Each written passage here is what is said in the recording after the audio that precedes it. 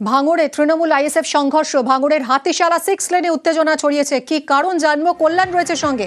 কল্যাণ, এখনই আমি জানিয়ে রাখি, এই যে হাতিশালা সংলগ্ন ইনফোসিস রয়েছে, সেই ইনফোসিসের সামনে কিন্তু সন্ধ্যার পর থেকেই বিভিন্ন রাজনৈতিক দলের কর্মী সমর্থকেরা তারা সেখানে আড্ডা দেওয়ার জন্য, গল্প করার জন্য সেখানে কিন্তু ভিড় জমায়। তেমনই গতকালকে রাতেও কিন্তু আইএসএফ কর্মীরা যেমন ছিল, তারই পাশাপাশি তৃণমূল কর্মী সমর্থকরা ওরাও কিন্তু সেখানে উপস্থিত ছিল। সেখানেই প্রথমে বচস এবং তারপরেই আইএসএফ কর্মীরা তৃণমূল কর্মীদের মারধর করে বলে অভিযোগ। এই ঘটনায় একজন গুরুতর আহত হয়, তাকে উদ্ধার করে জিরেনগাছা ব্লক প্রাথমিক স্বাস্থ্য কেন্দ্রে ভর্তি করা হয়। অন্যদিকে এই খবর শোনার সঙ্গে সঙ্গেই কোলাঘাট থানার বিশাল পুলিশ বাহিনী ঘটনাস্থলে এসে পরিস্থিতি মোকাবেলা করে। গুরুত্বপূর্ণ একটা খবরে নজর রাখবো। অস্ত্র ছেড়ে আলোচনায় রাজি মাওবাদীরা, বিনা শর্তে কেন্দ্রীয় সরকারের সঙ্গে আলোচনার প্রস্তাব। 15 আগস্টের প্রেস বিবৃতিতে দাবি মাওবাদী মুখপাত্র অভয়ের, কেন্দ্রীয় স্বরাষ্ট্র মন্ত্রকের কমিটির সঙ্গে আলোচনার প্রস্তাব দেওয়া হয়েছে। ভাইরাল হওয়া 15 আগস্টের এই বিবৃতির সত্যতা যাচাই করছে কেন্দ্র। 2026 সালের মার্চের মধ্যে মাওবাদী মুক্ত করার বার্তা অমিত শাহের। কথা বলবো সরাসরি আমাদের প্রতিনিধি তনু वर्मा সঙ্গে। तनु, ये स्टेटमेंट की ऑथेंटिसिटी जांच कर रही है मिनिस्ट्री ऑफ होम अफेयर्स। अगर ये माओवादियों का ही है तो फिर ये कितना सिग्निफिकेंट होगा? क्या ये केंद्रीय सरकार का बड़ा सफलता माना जाएगा? जी बिल्कुल, देखिए छत्तीसगढ़ में नक्सलियों ने शांति वार्ता और हथियार छोड़ने के लिए इच्छा जताई है और इसके लिए जो नक्सली के प्रवक्ता हैं अभय, उन्होंने एक प्रेस नोट जारी किया है और इस प्रेस नोट में नक्सलियों ने 1 महीने का समय मांगा है और इस 1 महीने में सीज फायर की मांग की गई है। नक्सलियों के प्रेस नोट पर साफ तौर पर कहा गया है कि नक्सली जो है वो अब सरकार से वीडियो कॉल के जरिए बातचीत के लिए तैयार हैं और कांटेक्ट में रहने के लिए नक्सलियों के प्रेस नोट में एक ईमेल आईडी भी जारी किया गया और उन्होंने कहा है कि जो सरकार है वो टीवी और रेडियो के माध्यम से अपना जवाब जो है वो दे सकते हैं। छत्तीसगढ़ में 2024 से लगातार नक्सल ऑपरेशन चल रहा है और इस नक्सल ऑपरेशन में बड़ी संख्या में नक्सली जो है वो मुठभेड़ में मारे गए हैं। अगर 18 महीने की हम बात करें तो 18 महीने में फोर्स ने 450 से ज्यादा नक्सलियों को जो है मार गिराया है और इसके साथ ही 15 से ज्यादा बड़े नक्सली लीडर जो हैं वो मारे जा चुके हैं, जिसकी वजह से नक्सली जो है वो बैकफुट पर आते हुए नजर आ रहे हैं और एक तरह से जो नक्सल अभियान सुरक्षा बलों की तरफ से चलाया जा रहा था उससे नक्सलियों के जो हौसले हैं वो पस्त होते नजर आ रहे हैं। क्योंकि जब छत्तीसगढ़ में केंद्रीय गृह मंत्री अमित शाह का दौरा था तो इस दौरान उन्होंने मार्च 2026 तक छत्तीसगढ़ से नक्सलवाद को पूरी तरह से खत्म करने की बात कही थी और उनके इस डेडलाइन के बाद से नक्सल ऑपरेशन काफी तेजी से छत्तीसगढ़ में जो है वो चलाया जा रहा था और यही वजह है कि नक्सली अब शांति वार्ता की अपील कर रहे हैं। हालांकि सरकार की तरफ से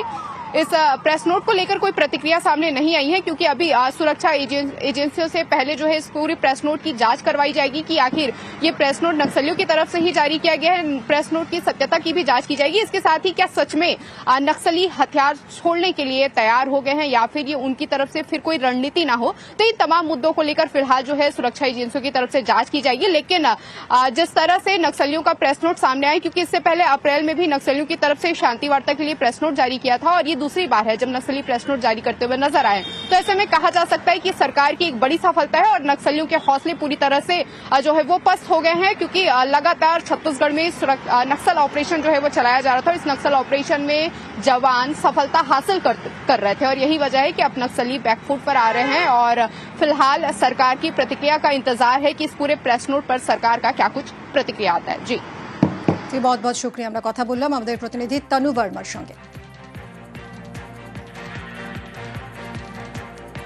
অস্ত্র ছেড়ে আলোচনায় রাজি মাওবাদীরা, বিনা শর্তে কেন্দ্রীয় সরকারের সঙ্গে আলোচনার প্রস্তাব। 15 আগস্টের প্রেস বিবৃতিতে দাবি মাওবাদী মুখপাত্র অভয়ের, কেন্দ্রীয় স্বরাষ্ট্র মন্ত্রকের কমিটির সঙ্গে আলোচনার প্রস্তাব।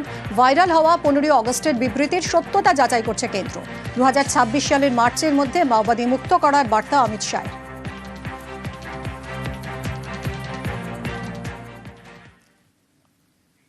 পুজোর আগেই সেপ্টেম্বরের বেতন। রাজ্য সরকারি কর্মীদের জন্য সুখবর, 24 এবং 25 সেপ্টেম্বরেই চলতি মাসের বেতন পেয়ে যাবেন রাজ্য সরকারি কর্মীরা। বিজ্ঞপ্তি জারি করেছে নবান্ন। কথা বলবো, আমাদের সঙ্গে রয়েছেন আমাদের প্রতিনিধি সোমরাজ।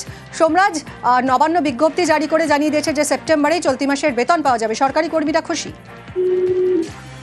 দেখো, একদমই তার কারণ পুজোর আগেই রাজ্যের সরকারি কর্মচারীরা সেপ্টেম্বর মাসের বেতন পেয়ে যাবেন। রাজ্যের অর্থ দপ্তরের তরফে ইতিমধ্যেই বিজ্ঞপ্তি জারি করা হয়েছে গতকালই, যেখানে বলা হয়েছে সেপ্টেম্বর মাসের বেতন 24 ও 25 সেপ্টেম্বরই পেয়ে যাবেন সরকারি কর্মচারীরা। সরকারের বিভিন্ন দপ্তরের কর্মীরা, পাশাপাশি বিভিন্ন সরকারের অধীনে বিভিন্ন স্বশাসিত সংস্থাগুলি রয়েছেন তাদের কর্মীরা পেয়ে যাবেন।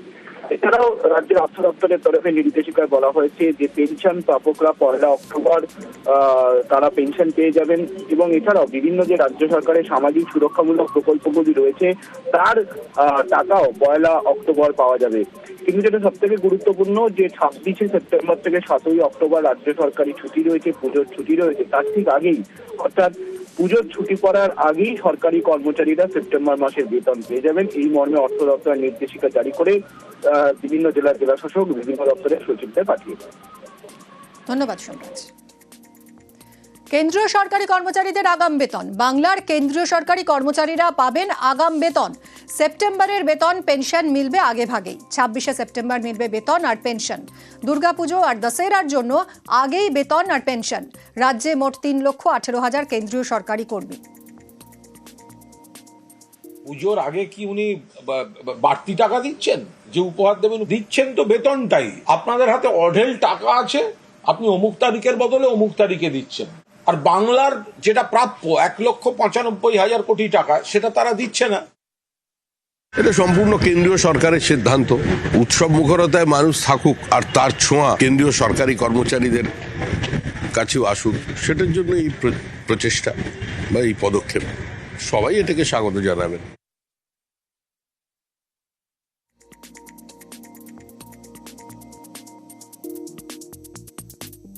নদিয়ায় 240 কোটি টাকায় রাস্তা সংস্কার।